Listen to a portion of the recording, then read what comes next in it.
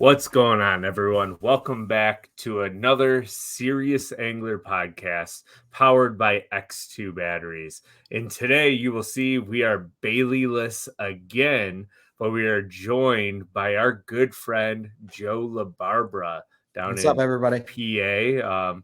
And we are excited to have Joe here today. We're going to be talking something really cool, a little nostalgic, and we're going to be talking river smallmouth and comparing like old school styles of walking stream banks and getting wet up to our knees and being on the boat and what is different and what is the same. But before we get started, what's going on, man? How are you?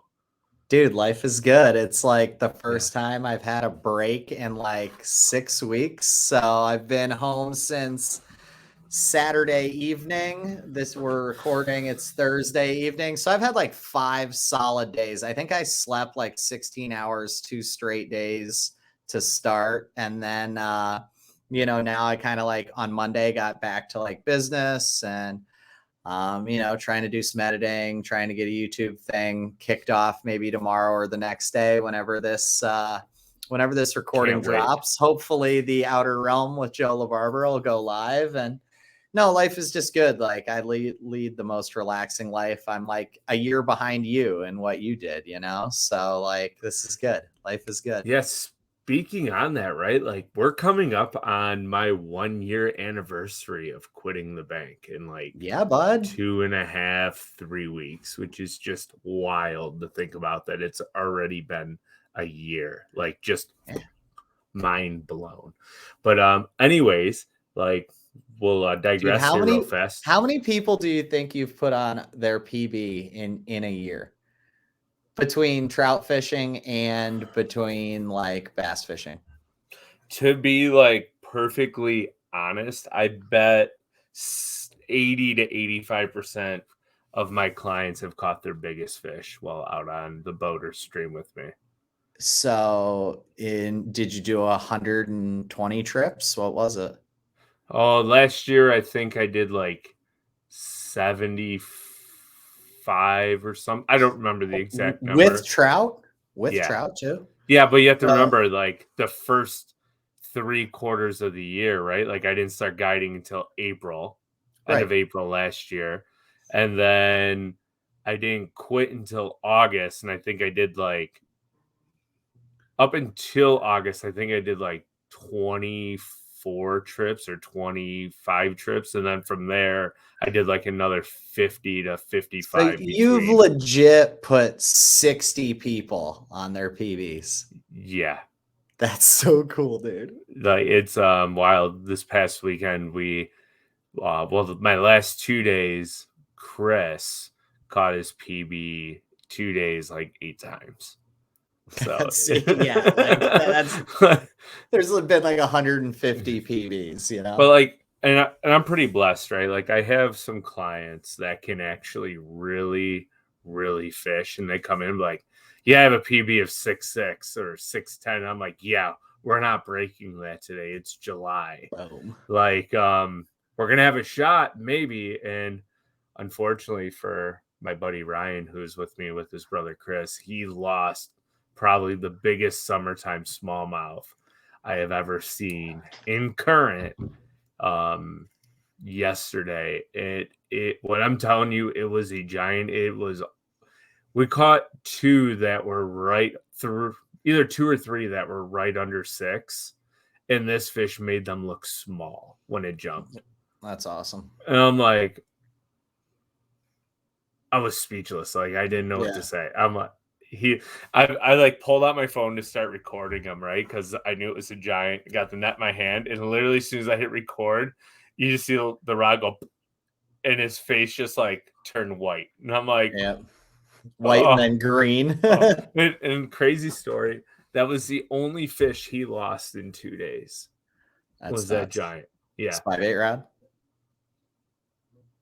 Just say yes. Just say yes. Yeah, it actually was a 5/8 rod. Yeah, he was using 5/8 rod. Yeah, you love that thing. It's crazy how the Northerners have kind of gotten like really into it this year. I feel like you and a bunch of my buddies at Oneida and stuff, they've like really it's grown on him, and it grew on me big time too. Yeah. Like I really like switched what I was using it for, and now I'm using it for a lot of the things all you guys are using it for, when I thought there was a better option before, and there's not. Did that rod, like, it's hard to explain what the spy bait rod, that was it now, like the finesse special rod, right? Is that what it's called? Yeah, I mean, all the ones that I own, they all say spy bait on the sticker. Yeah, mine too. But So, it's, I don't know. But that rod, like, it can do so many things really, really well. And it has enough power to do things that you don't think it can do well, which is the craziest part. Because all it is that 610 DSR, it's the same blank, it's just 4 inches longer. So some of that weight, some of that power is down low in the handle. And since rods, get bigger, the mandrel size gets bigger as it goes back towards the handle, it's giving it a little more power, Yeah, it is a fun rod. But what was that? It casts a mile. Like when you're fishing turn and stuff, because of the way like those guides are, like, and we'll get into this on bank fishing too, like it has the ability to reach out and touch anything, Yeah, it's snappy, but it's snappy. It has a quick, like almost a whippy tip to it, which is actually important when you need a rod to snap. It fires real quick. But not, it's not like extra fast in action where it has a gummy tip. It's still crisp, Yeah, it's crisp. I think that's the best word you can use there. But digress real fast and tell everyone why Bailey is not here. He is down in Joe's home territory, a little bit south, at fishing the Hobie BOS on Susquehanna River. And the rumor has it, it's like 4 foot low. Oh yeah, easy. Insanely low, almost drought conditions. And I've seen some pictures of people practicing. They are absolutely knocking their doors off. And I'm like, you shouldn't be doing that in practice. Well, I mean, that's the thing about the river, is you can have like 80 fish in 5-hour days, like pretty common. And what's going to happen too is like, I don't know how much rain occurred in central Pennsylvania, but like I live in Northeast PA near a pretty cool section of the Susky that's really close to its headwaters. And we got a fair amount of thunderstorms today, like 3 different times. Like it just dumped for like 45 minutes. So if all that rain does make its way down, it'll change their fishing conditions for the weekend, So like the Juniata and stuff like that too, like a couple of the main tribs that dump in, if they pop a little bit, you're going to see some more increased flow, which could completely change the game. And if it gets muddy, that could be really interesting. Yeah, it'll really come down to people being very good at what we're going to talk about today. Yeah, absolutely. And I think that's a great segue into the show. So, we both grew up walking stream banks, and that's where we're going to get like nostalgic in this, right? Like grew up like first bass, like, everybody catches bass in ponds, but like first memorable bass catches is a smallmouth while walking in the creek in like old shoes or barefoot or sandals, and catching them on non-traditional tackle because we had no idea what we were doing back then. So to kind of like kick things off, Joe, tell us your craziest river smallmouth story growing up and like one of your most memorable catches. So really, like, I mean, I grew up fishing very, very, very young, and my parents are transplants to this area. I live really close to Binghamton, New York, like right on the PA New York border, and it's actually where the Susquehanna River loops into Pennsylvania for like 5 miles or something, and then goes back up into New York, and then all the way, which direction would that be? All the way west until it shoots down towards Harrisburg. So we're in there are so many places you can just in tennis shoes walk right across the river. No big deal. So, I mean, one of my most fond memories is really just like the first couple of times I got to go there and experience it. And all my dad was doing back then was swimming an 1/8 ounce Charlie Brewer slider head with a 4-inch power worm, and just a red shad power worm, and just the insane numbers. When you learned how to understand current seams and eddies, and how you could just catch 40 fish in 2.5 hours like it was no thing. And, some of them would only be 9 inches long, but like they fought like the biggest bass I had ever caught in farm ponds. My dad was a dairy cattle vet when I was growing up. And so these 9-inch fish fought like 17-inch pond bass. And I mean, it was just a really neat experience to go through numbers and really get to put baits to the test and try new things. And you had a lot of cracks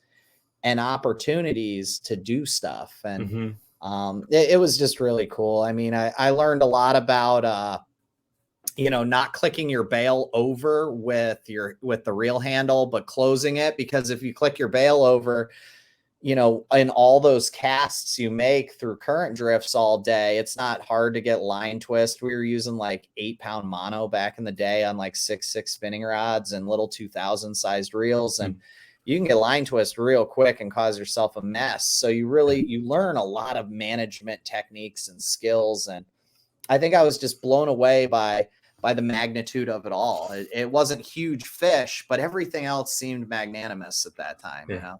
Well, talking old school, right? Mono line. Who talks about mono line these days? And I'm right there with you. Like, like Red Label Berkeley Trilene. Like, just throw that's 100% clear blue Berkeley Trilene, an 8-pound Red Label, and let's just go catch us a bunch of dumb smallmouth that live in current, doing wonky things like throwing a 4-inch power worm on a slider head in current. Like, I mean, my dad still throws that Berkeley XL to this day. I mean, I up till a couple of years ago, I still used it on topwater rods. Shoot, like I think the first year I tournament bass fished, like I used that clear blue Berkeley line on everything. And I honestly, looking back, I think I caught as many fish as I do now when I was fishing grass and docks and stuff. I don't think the fish care as much as we think they do, and we overthink. Well, and you and I use 6 and 8-pound mono all stinking winter. So it's true. Used to it. yeah. Whatever. But dude, that is fun. Like I have a bunch of like kayaking and walking river memories with my uncle who passed away a few years ago. But growing up, that was like my intro to smallie fishing. We'd get in this kayak. And there's a little creek by here that we can still like walk in. It might be posted now. I haven't done it in like 5 or 6 years. But we would take the kayak down and do like an entire day trip, get a bunch of subs, throw them in the cooler. And you're going to laugh at this. You remember the old FLW, like green pumpkin chartreuse tailed lizards that smelled like super salt and garlic, and you could only buy them at Walmart? Yep. All right. So we would throw them with like a size like 2/0, ready? Like this is where it gets wild. The old like mono line, like loop, like like hooks that you could buy at Walmart, the Eagle Claws bronze ones. Yeah, that's what we'd tie a swivel to, put that on the line, and put the 6-inch lizard and literally skip it up underneath trees and like subsurface wake it. Wow. And we would catch like 18 to 20-inch smallmouth in this stream. It was dumb. And you not only get like 5 bites a day, you would catch 100 to 200 fish doing it. This, when I look back now with all my fishing experience and expertise, quotation marks on expertise, right? Like looking back, it's like, man, what a simple time that was. Like so simple, and you caught so many fish here on my 6'6" Berkeley cherry wood with a Shimano 2000 size $20 reel with 8-pound trilene on it, just having a time. Oh, dude, it's funny. Like my dad went to college in Georgia, and like so he came from like he fished Clark's Hill a lot when he went to the University of Georgia. So when they moved up here, like it wasn't long before he really fell in love with that finesse style of fishing, that 6 or 6'6", like Berkeley Trout Series, medium, light, or ultra light, or whatever spinning rod style of fishing. And I mean, he just adapted really quick, and it is yeah, like I still love to fish that way. You know, I still have an affinity for a spin pole, you know? Yeah. Which is like, if you think about it too, it kind of translates into steelhead fishing because it's a lot of the same type of fishing scenarios. But let's kind of jump forward now because we're talking smallmouth today, not steelhead, unfortunately, because we can get into a giant rabbit hole. Oh, we go back and just forth. in that, right? Yeah. But smallies and boats and how much different it is, but in a way it's the same, right? Like, Oh, so yeah. like, what translates for you from fishing and walking these stream banks to fishing like a mega river like the St. Lawrence and catching smallmouth?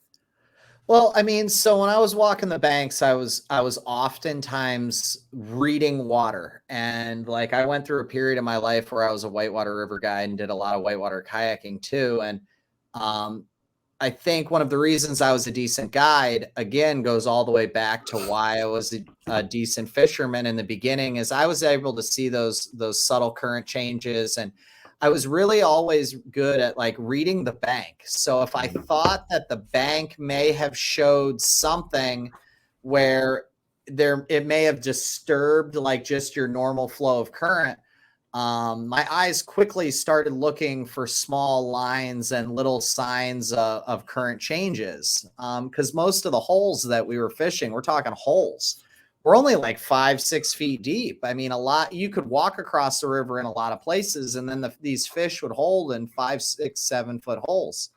So I got good at kind of reading that stuff and kind of understanding what to look for and how to swim a bait or work a bait through certain areas. And then when I was able to transition to like a kayak and then a big boat, I was able to set myself into now places where I could make more casts that were at the right angle. And, you know, if you watch Polinick's YouTube channel or Zaldane's or any of the guys that you guys like, and they talk about fishing Elite Series tournaments, they often talk about how one cast and where they set their boat up can be all the difference between catching a dirty 30 and catching nothing. And I feel like if you can truly understand whether it's windblown current or just natural downstream flow current, when you can position the boat properly and present your bait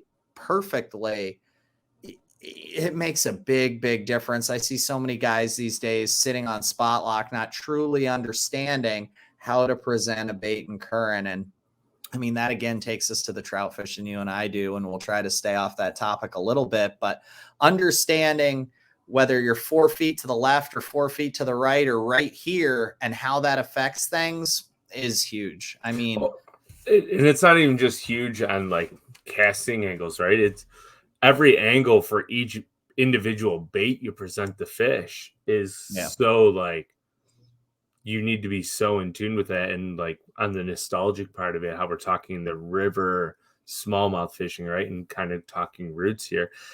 When you're going back, like you're throwing a crankbait, you have to be at one angle. If you're throwing like a finesse presentation, that lighter line, you might have to be 10 more feet downstream and casting up and hopping it. Or like a spinnerbait, you might want to be up above and kind of rolling it through slowly. Like, and every day it's different. Cloud sunlight penetration, overhanging trees, every situation while walking a riverbank is so different.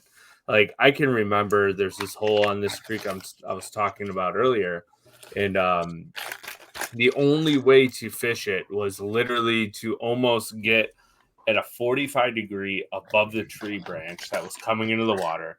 Behind the tree branch, it was a 4-foot deep hole, but in front of it, it was like 6 inches. But you had to take a square bill or a single swim bait, and you would have to cast at almost the base of the tree, hold your rod at a certain angle while reeling to pull that bait underneath the log to get in the hole, and that's the only way you could get bit. Yeah, so let's kind of like, if you don't mind, you and I talked about it before the show. Can we kind of talk about some of our favorite baits so people can kind of maybe start to make some connections to what we Sure. were doing? Absolutely. All right. So these aren't the ones I used. I'll get to the one I used, and that's one of my favorites in a minute. But I happen to have some of these baits sitting in here. The number one bait that I kind of learned on was a lipless crankbait. And the lipless crankbait, that's one angle that you really want to learn. Are you going to be upstream a little bit? What's going to be your casting angle? Where in that drift are you going to hit the heart of, where that angle and that vibration and the depth of that bait, where everything kind of matches up? The next one I fished a lot was just a 2-hook jerk bait, something small like an X80 trick darter, like Fun. that 2-hook jerk bait. But again, the retrieve angles, where you cast upstream so that you can get it moving and you can have that thing kind of set to where you're giving it the best actions to present to the fish. You might have to stand upstream or downstream a little. The next one I threw a lot was a really small finesse spinnerbait, and this is actually the one I was showing Andrew. Rocket Shed. This box is like 10 years old, and it sits in my office because I really only use it for fishing the Susky. I used to take them everywhere, and I still take like 5 in the boat no matter where I go. But that thing swam through currents so well, and it had like a very, where's my camera? Up here. A very, very tiny little Colorado. Very tiny. But that tight safety pin allowed you to swim it through current really good. So we had lipless, we had tiny rip bait, we had a little tiny spinner bait, and then I fished a little tiny, like Andrew said, ball head swim bait too. Those were the ones I used through like when I first really started like being in my like early to mid 20s. Like that's what the baits I was using when I got outside of the primitive years. So like those were big for me. I mean, I'd like to hear what was big for you. So like I premised the chartreuse tail FLW lizard that you could only buy at Walmart, right? Like that was only a kayak deal when I went with my uncle, because that was like he had hundreds and hundreds of bags and just used whatever he was using. But like I was a big like Mr. Twister, white exude, just grub on a ball head, like 1/4 ounce. And everybody beetle spins, like they work too. But literally like what I would do with that grub, and you could catch anything on a grub. It caught carp on it, drum, pike, whatever. Didn't matter. Giant largemouth. And it was all about angles. Because if you got in a deep hole, you wanted that bait light enough to hover above the rocks. Because if you went too heavy, you're snagged all the time, because all these holes have big rocks, right? So like 1/8 ounce, 1/4 ounce head, and you're almost casting upstream, but you're keeping your rod tip up a little higher, and you're just slowly bouncing it as it comes down. And gosh, like I remember some of the bites that you got were just like ripping the rod, jarring, 13 to 15 inch smallmouth, just ripping the rod out of your hand, just hop, hop, hop, hop, and almost like track. You're hardly reeling. You're just like hopping and tracking it and swinging it through that current, and it's just hopping down. And freight train. 13-inch river smallmouth, the hardest fighting fish you can catch probably in the Northeast, is a little 13 to 15-inch stream smallmouth. I think I said trout a second ago. Stream smallmouth that just goes berserk. 100%. Another fun one was an old school Rapala F7, the original floater 7, and black and silver or blue and silver. And essentially the same thing. You're just slowly rolling it through the current on that pendulum. But it's all about the angle. And what I found with that was I almost like to be upstream further, because they would almost always hit it at the end. So you'd want that bait deep enough as you're swinging it through, like in front of a piece of structure, that they would come out and eat it.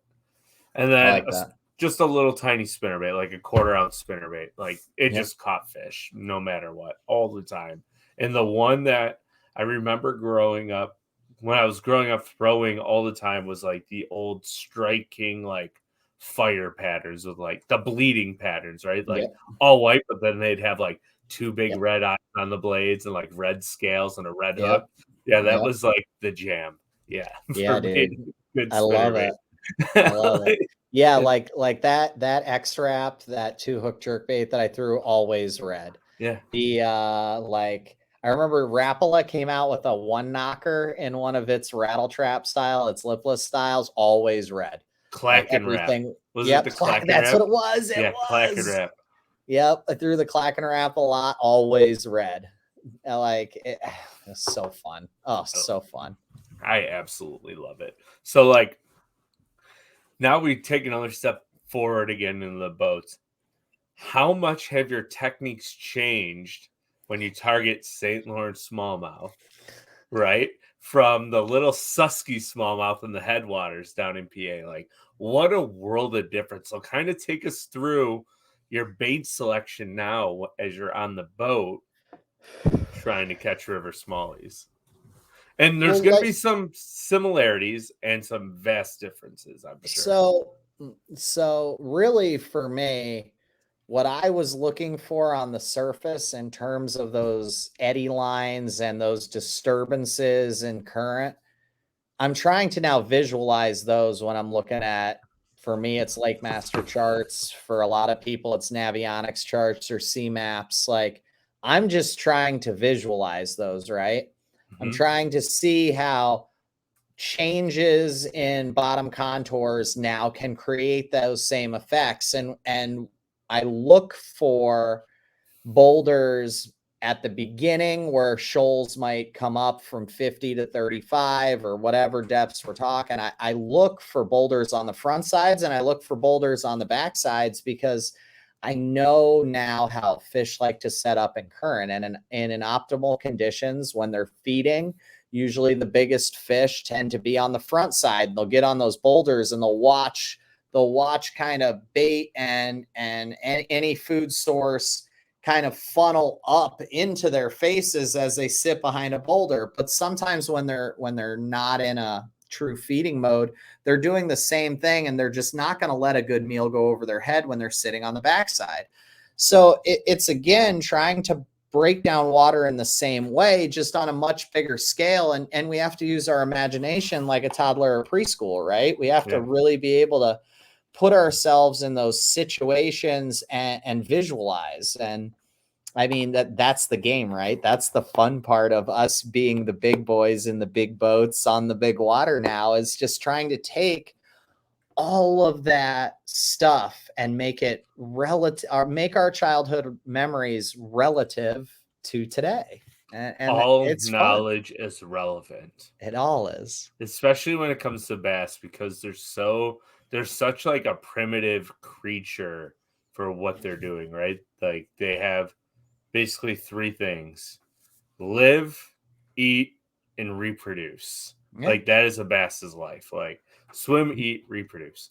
And virtually, like I agree 100%. The most active fish are always on the front. The ones that are actively feeding but might not be the biggest fish are always on top. And then the lazy giants, sluggish ones that you have to trick are always on the backside looking for that free meal. It is the same way with river fish. Like any species that you're fishing for in a river, especially smallmouth or something that's like top of the food chain predator, the biggest ones that are active will always be in the hardest current near structure to give them a break. They get the best rock to hide behind. Like people get out of the way for them. It's like, I'm trying to make an appropriate like comparison, but it's like that football player that wants to get in the lunch line. Like, like people get out of his way. That guy's probably going back for seconds later. So when he walks into the cafeteria, everybody's like, Dave, you good? You can go ahead of me if you want, like, yeah, they get priority position, absolutely. And like it's crazy to think like with smallmouth fishing is we see them as like these very complex, hard to find fish. In a lot of situations, because they can be the most fickle, annoying, not want to do anything type fish. And one day you crack them, 1 hour you crack them, and then for the next 3 days, 7 hours, 20 minutes, it's the hardest thing in the world to have going on, right? Like, yeah. and all of a sudden they're on again. Like But if you really like pay attention to the graph when you're on your boat, just reading 2D, not side scan, like almost old school mentality here again. Not take live out of the equation because you can always tell what's going on with live. But when you come to a simple 2D situation, you know you're around smallmouth. If you're truly tuned into what those fish are doing, by them being 1 foot off the bottom or glued right to the bottom, you can tell if they're going to eat right away or not when you roll up on them. Well, Almost yeah, always. and like I have this spot on the St. Lawrence that every year when I go up for the very first time, like I go to this spot. There's always fish there. And if I catch a 2-pounder there, I know where to look for fish for the rest of that first day. If I don't catch, or if I catch a big in there and he's on the front side early in the drift, I'm like, oh, it's going to be a good day. I'm going to crack him today. Yeah. And it's like kind of this spot that I go to just like gauge, are the big ones up front and feeding this morning, or the big ones slid back? Like, where are they right at this moment? Because I can almost find those same trends on almost every single drift I have. So like when we're talking about current being this like ultimate equalizer, like you can run patterns off of current if the current speed is about the same. Now, like there are spots in Cape Vincent where the current only moves 0.4 miles an hour. And there are spots near Waddington where the current moves 2.4 miles an hour. And those aren't comparing apples to apples. We're now comparing apples to oranges, and it doesn't fly like that. But like I know for most of my stuff that moves at like the pace that I like a lot of my holes to move at certain sections of the river, if I catch a big one, like 4.5 pounds or better, quick on my first drift, I know where to look the rest of the day. Like I'm only going to check front sides, right? And then if I catch a little one and I finish the drift and I don't get a big one at all, I'm like, okay, like I have to go to a different kind of drift, like drifts that set up different for the rest of the day. And it's really, really neat to take the stuff that I had on such a small scale as a kid. Oh, are the big ones here? Like, are they the first ones to eat? Do I get them really early in the drift? Like, and I do that from like when I was thinking 9 to like 16, when I was walking the banks. My mom used to like drop me off when I was like 12 and 13 and 14 until I could drive. And she just like dumped me off for 6 hours back when you could leave your kids, you know, safe in a random neighborhood. But it's funny to take that stuff I learned, you know, and like apply it on to this place that has only almost 1 million CFS of water flowing through it at any given time. Yeah, there's quite a bit of current up there. But I mean, like Well, it's your river is relative. no different. Oh gosh, the Niagara is nuts. Like today, well, yesterday now because this is Friday, I was seeing 3.1 to 3.4 because of the wind and the normal current. Fun. Oh gosh, and they would not eat whatever I did. Like all my big fish spots were like either 8 inches or nothing. So Like, what, when the wind's not blowing, what's a lot of the stuff that you like to fish move at? when the wind's not blowing, I go shallow and I just cover a ton of water with top water. So what would Like that normal current be where you were though? 1.8. Okay. I So love that speed. almost half. Like the guys in the open last year that were getting like second and third and fourth, remember how they're fishing, like you could almost see the mouth of the lake when if you watch the open and watch Bass Live last year I when didn't Johnston watch, won. Oh, but I dude, heard. it's cool. So they were fishing and stuff that was flowing like 0.3, 0.4 on a flat column day. Like, Yawn. yeah, yawn. Exactly. Like to me, like, dude, I like to find the stuff that moves. Like there's stuff in Brockville on the St. Lawrence that moves over 2 miles an hour. There's stuff in Waddington and Messina that moves over 2 miles an hour. And I like that stuff because like fish don't get a good look at what you're presenting, you know, like they're either going to mow it and try to rip the rod out of your hand, or you're just going to fly through there and be done. And like, that's how I prefer to fish, you know, Yeah, like let's get to it. Like, I don't got any patience to wait around for you chickies. Yeah, what I find too is when you get in like the bigger current, and this relates to all fishing, right? All stream or river fishing, when you get in big current, they're going to either eat or they're not there at all. And when I say they're not there at all, they're literally laying tucked on the bottom behind a boulder, and your chance of catching that fish, because the current and how much it changes in that section, is almost slim to none. But if you get them on like a flat, and I mean, we all know like burning a spinnerbait is one of the most fun things to do for those fish, because you can cover a ton of water. It doesn't blow out if you have the proper spinnerbait. Right. And you'll watch them. They'll turn around and come from like 80 feet away to eat a spinnerbait. Like, it is the most addicting, fun bite in the world. A-rig fishing that way is fun. Crankbait, if you have the right one, is fun.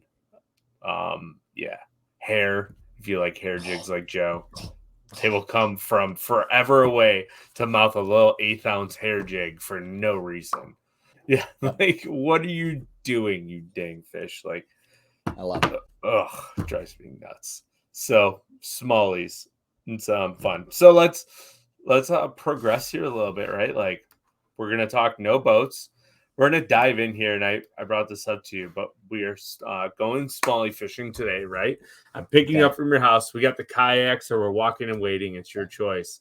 What is the one singular combo you are taking? So, spinning rod, bait caster, one plano box to fit your terminal tackle and baits, in a sling pack. What are you bringing and why? So like I'm definitely taking like a 7.2 to 7.6 spinning reel. Like I'm either taking Alpha Spy bait rod, or I'm taking the 7.6 that I've been working on for like a year now. Because I want to be able to reach out and touch them, right? No matter what, I want to cover water. I want to be able, I don't have some sissy rods. So I'm going to have like 12 or 20 pound cast braid. I'm going to put a, probably a 10 to 12 pound fluorocarbon leader on it. Like to me, that setup is super important. And for me, I know people are going to think I'm crazy. I'm always a 4,000 size spinning reel guy. That big drag allows me a lot of surface area, right? The bigger the spool, the bigger the drag. The bigger the drag, the more surface area it has. So it makes your drag feel much smoother when it click, click, click, click, click, when you pull it out. It gives it less potential for needing more pounds to initiate that drag to start moving, and then it keeps it very smooth throughout the drag pull. So the bigger the spool, the better you are. I only use 4,000s. So I'm going to use like a Certate. You could use a Tatula. I like the Certate. It's, to me, the best value of all the Daiwa reels, but I'm a Daiwa reel guy. Spinning reels, I think they make the best spinning reels. So whether it's Kage, MQ, Tatula, Ballistic, Certate, whatever is your poison, I think Daiwa has the drag system locked down good. Baits for me are going to be really, really simple. Like I may take like an 1/8 ounce football head and shove it into a 2.5 inch tube, because for me, river fishing needs a very, very small presentation. I like the 1/8 ounce because it gets snagged a lot less. Like I think it's a good thing to have, whether it's a Ned rig or a tube. Tiny little presentation like the 2 3/4 inch TRD, a 2.5 or 2 3/4 inch tube from Poor Boys or whatever brand anybody's using. Strike King makes a good one. X-Zone makes a decent one. Like I just get a tiny one. I think that small presentation leads to a lot of bites. So that's going to be like my bottom bouncing bait, is like the really tiny tube. And then I'm going to take a 2-hook jerk bait for sure. And I'm probably going to take a lipless again. Like if I'm going in a kayak or I'm going wading, I feel like I can do all of it. The only other bait that I might take that I didn't take as much when I was a kid is I really have grown to love the Okashira screwhead. And if I can get away fishing shallow with the Okashira head, because it's only an 1/8 ounce, and put like the 3-inch cast Prodigy on it, which to me is just a more realistic looking, way more durable Kitech. It has a similar body roll. That list is very similar to a Kitech, but I can get way more fish out of a cast, and its profile is way more realistic looking. that's probably going to be the fourth and final bait I'm going to take. I got to have that Okashira head, because the Okashira is different than a lot of your spin style jig heads, because its blades aren't the same size. So it gives off like a weird vibration. And anytime you're in current, I think vibration from a rattle trap or any type of lipless, any type of paddle tail swim bait, like I want to cause a disturbance. And that's why I choose the Mega Bass branded spin jig head rather than some of the other brands, because I like that unbalancedness out of the two different size propellers. I like it. Pretty simple. Yeah. One bottom bouncer and then 3 different moving baits that give off 3 different vibes that I can fish at different angles. Like one might be high in a hole and then I never have to lift up my kayak anchor, right? Yeah. Or if I can't walk out to where I need to be standing to fish one bait, like I have 2 more that I can fish at different angles. So yeah, it's simple. So for me, you're going to love this answer from me, because I found a purpose today on my guide trip for a certain rod in the Alpha Angler line, and that is the wrench. It can throw a topwater, like a walking style topwater, like a 115 gunfish, fine. You can fish a Ned rig on it. You can fish a swim bait on it, which I like the spy bait rod for better, but you say wrench, but you can get away with it. But you can do other things too. You can throw like a Mega Bass Vision 110 Junior on it, or like a 2-hook treble bait jerk bait. So that would be my rod, right? Is a wrench with like 12-pound braid. Because everybody needs a wrench, dude. Like every toolbox needs a wrench. Yes. So like that would be my stream rod. Will be a wrench with a 3,000 size reel, some cast braid, because I love that stuff now that I'm actually finally using it. My line selection, though, is going to vary because we have our sling pack. So I'm going to have probably 10-pound fluoro all the way up to like a 14-pound mono to put on there, because if I'm throwing a big walking bait, like a gunfish 115, I want the mono and a 14-pound test to go on there. So like maybe a 12 or 20-pound braid to the 14 mono. And then the fluorocarbon, you can get away with like a 10 or an 8 when you're fishing bottom contact bait. So same thing, I'm going to take like a little TRD or a tube style bait, something 3-inch, 2.5 to 3-inch. I'm going to have a single swim bait, like a cast one or along those lines, because you can't beat that when slow rolling it. I'm actually going to take like a little spinner bait, because stream smallmouth will destroy a spinner bait always. Yes, exactly. And some type of popping topwater and a walking topwater, or something that props. So like, wow. Yeah, because my first topwater experiences came from fishing these little tiny creeks, just ripping poppers as fast as you can. So more about angles, right? We're going back to ankles. We're going back to angles. And he's an ankle man.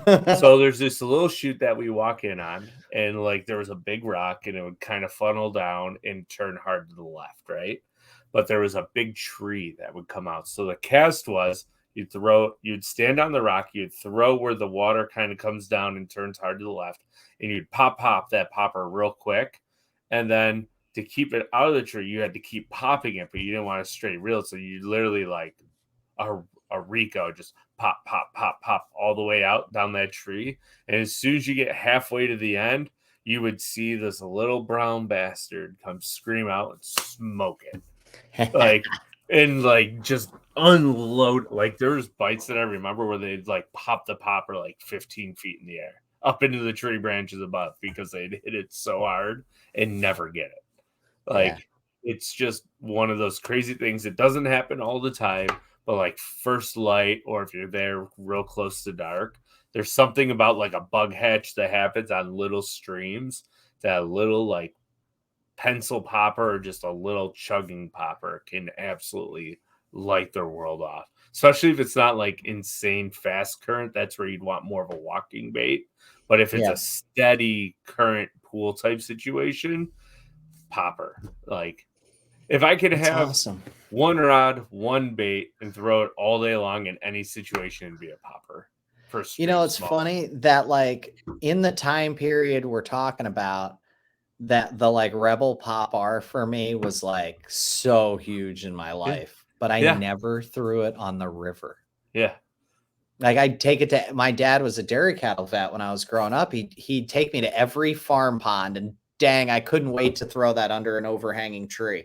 Or if I saw like a branch sticking up out of the water because a branch had fallen off of that tree or something, and I'd throw it past every piece of cover, but I never threw it in the river. Like I never really got into topwater smallies and current. I missed out on that part of childhood. Time to go for a walk, bud. Yeah. Maybe it might be, because there's just something about a topwater popper smallmouth in a small creek, and it won't even be a giant that eats it. It'll be like that 8-incher that gets both treble hooks like somehow down in its gullet, but they absolutely smoke it like a 6-pounder. Yeah, just whoosh, you're like, what the. Skipping them across the surface on a hook set. Like this makes no sense. But no, I was talking to Bailey about this. I think in the springtime, I was like, dude, we got to go find like a stream and just go catch smallmouth, because like it's a good way to like go back to your roots, to have an enjoyable time on the water, right? Like we're so like not stressed out, but we're so gung ho. Got to be on the boat, always going 50 to 80 miles an hour, depending on what boat you have. Mm-hmm. You always got to be hopping from spot to spot to spot. Sometimes it's good to take a walk, to slow down, breathe the air, and catch little bass, because they are feisty little dudes. Well, like you and I talk on the phone like every other day, basically, right? Like every 48 hours. How many times recently has one of us said, I wish I could just go steelhead fishing one time and then get back to this? But like once you're on the grind real hard, like whether it's for you guiding or for me, like producing content and trying to keep my sponsors happy, or fishing derbies, and you do derbies too, like it's a constant grind, right? Yeah. And that's why I think that's why you and I, you never see us push like this when we're on the creeks in the late fall through the winter, early like, spring. Yeah, dude, because it's all about just like, let me just feel like a kid again, right? Like, let me just kick it, like breathe. Everybody's like some of our friends are like, new creek, new spot, and you and I are kind of like, okay, it's so nostalgic, dude. It brings me to like such a place of inner peace, Yeah, like the whole stream side, just like sitting there taking in, like being one with like nature. Like I'm not trying to be like cliche or like weird or funky here. It's just hippy dippy, yeah, right? Like just sitting there, standing with the water running over your legs. You're standing there and you're like, wow, like not a single person around. You're desolate. You're by yourself. You're literally just like another piece of the puzzle, just enjoying your time. As to where like when you're on the boat, you're worried about pleasure boaters running you over with their wake boat or jet ski. Who's going to get to your spot before you do in a tournament? Do I have the right baits tied on? And that's where like going back to your roots and walking a stream bank sometimes is really beneficial for not just this. Go ahead. I heard this really creepy story about Rick Clunn, and you've probably heard it too. This was, I don't know, like back in the 80s or something. He went to a place like 3 days early before a tournament. He spent like 2 days naked on a dock to become like truly one with nature. I've never heard this story. Yeah, dude. So Rick is really like that, right? He really likes to like immerse himself in all of those small things you were just talking about. And like, like some people who are, like super high on the testosterone chart could just be like, oh, that's so stupid. Like, oh, yeah, you're one with nature. Blah, that's lame. Like, but like Rick used to be, and still is, like one with like keeping his chi very centered and like always being like fully aware of all the things that the weather and nature presents around him. And yeah, dude, I heard a story about him. Like he went to some tournament like 3 days early and like sat naked on the dock, like home for like 2 days. Wow. Like just to like fully immerse himself in all of those things that you're talking about, you know? I wonder how many skeeters got him. I know. Ooh, yikes. But that's a He's story probably for covered another in time. mud, you know, Yeah. like Ace Ventura. Full immersion. Yeah. Full immersion. No, but like it's literally good sometimes to just, and I'm like, I wish we had more streams like around here that we can do that. We only have certain times a year in a lot of our creeks that we can walk the bank and catch giant smallmouth. So like the Great Lakes smallies will run up every single tributary that steelhead are on. And they literally like, and this is where me and Bailey have talked about like my steelhead smallmouth connection in previous episodes. But literally smallmouth, if you're a trout fisherman by any means, steelhead, inland trout, like up in the mountains chasing them in river streams, right? And you want to translate that to a river to chase smallmouth, they act entirely the same the way they position and set up in streams because they're there for a reason, and that is to eat. And there's only so many prime areas in any watershed that has natural river flowing current where they can be in an advantageous position to feed actively. And river fish tend to feed more than non-river fish. Just they have to. Their metabolism's way higher.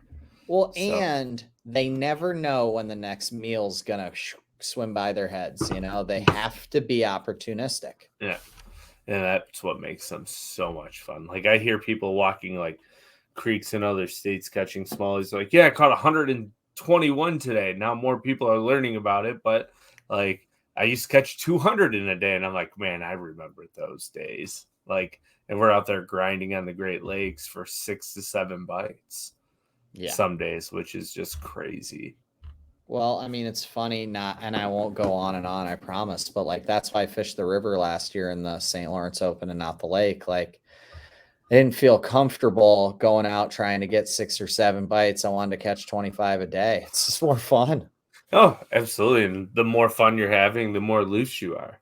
Exactly. So, and I needed that at that time in my life. Fair enough. So you got to do what's best for you. And what I'm saying is if you have a stream by you that you know has bass in it, shoalies, largemouth, smallmouth, spots, they're all going to live relatively in the same places. Largemouth might be more in trees and big current breaks. But when it comes to like actual river flow, shoalies, smallmouth, spots, like I have no experience with spots or shoalies down south, but they literally are bass. They're predators. They want the same kind of stuff. They need current breaks to feed. And it's very important to learn how to actively break down water and to make precise casts with each technique, because each technique needs a different cast, a different placement in the water in order to get bit and to have more success on the water.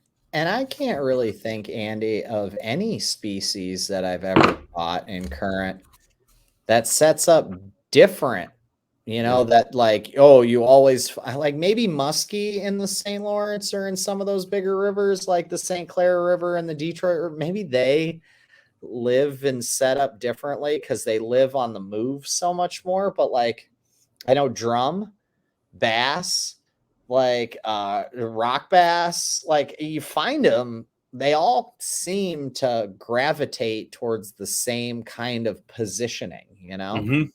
Yeah, 100% nose into the current, always behind something, because they're only there for a reason, and that is to eat or rest. Yeah. And while they're resting, they'll still eat. You just have to get it by them in the exact way that they want it. Yeah. So Whatever's going to not wake them up out of their sleep. They just want to run over, eat, and swirl right back real easy. yeah. So when are you gonna go kick back, relax, and go stream hop and go nostalgic? I may actually. So next week, I have the same basic schedule as this week. I have a friend in town, but her and I might just go stream fishing for a little while. Now that we're getting like so in depth down memory lane, I'm like, dude, I have a spot in my head, just like you keep talking about a couple of those overhangs. Like, I got a spot in my head where I'm like, dude, I might drive the 30 minutes just to go like make 25 casts. Like, just And put hope on my it's not lawn mowing posted. shoes. The funny thing is like there's actually like a park and ride where I can park. So it's not hard to get on. There's a few spots like on that road. One of them there is like a state game commission checkpoint station too, like where they check like deer, like and bear and stuff. So like I know that property I can always get on to make a couple casts. If I drive the 5 minutes past it and that's the spot I really want to get to's posted, I can always come back to this one and make a couple casts too. So fair enough. Well, yeah. Joe, I want to say thank you for not just filling in, but also joining me tonight. It seems like we've had you on more recently, which is nice. This is what, like the 4th time now?